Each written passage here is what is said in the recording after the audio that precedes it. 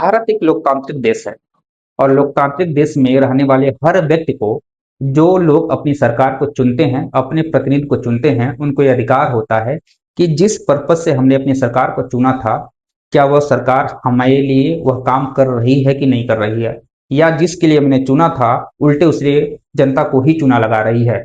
इसी मकसद को ध्यान में रखते हुए पार्लियामेंट ने 15 जून 2005 को राइट टू इंफॉर्मेशन, सूचना का अधिकार कानून पास किया था, जिसे फुल्ली ऑपरेशनल किया गया था 12 अक्टूबर 2005 को।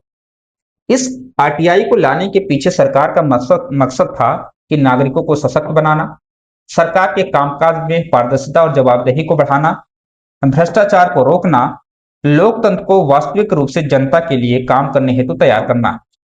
ये आरटीआई को लाने के पीछे सरकार का मकसद था। अब आरटीआई को कैसे यूज करते हैं, प्रयोग करने की विधि क्या है? सादे कागज पर आप एक आवेदन कर सकते हैं। आप इसे शुल्क के साथ संबंधित विभाग के जन सूचना अधिकारी पीआईओ को भेज सकते हैं। आवेदन शुल्क क्या होता है? आवेदन शुल्क 10 रुपए है, जिसे आप नगद या डिमांड ड्राफ्ट या पोस्टल ऑर्डर या बैंक चेक के द्वारा भेज सकते हैं।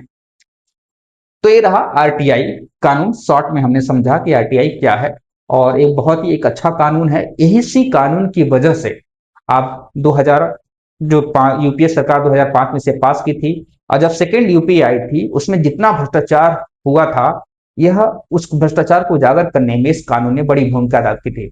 और इसकी वजह से 2012 के बाद 2014 में भ्रष्टाचार को बड़े पैमाने पे सभी लोगों ने उजागर किया कि सरकार बहुत ही भ्रष्ट है और बहुत ही भ्रष्टाचार कर रही है, और इसका परिणाम यह हुआ कि 2014 में एक नई सरकार भारत में बनी। आई होप आपको एक छोटी सी इंफॉर्मेशन अच्छी लगी होगी। अगर लगी है तो लाइक करिए, शेयर करिए और सब्सक्राइब जरूर करिए। हम ऐसे ही छोटी छोटी खबरों के माध्यम से आपको बहुत सारे छोटे छोटे इंफॉर्मेशन देता रहूंगा। Thank you.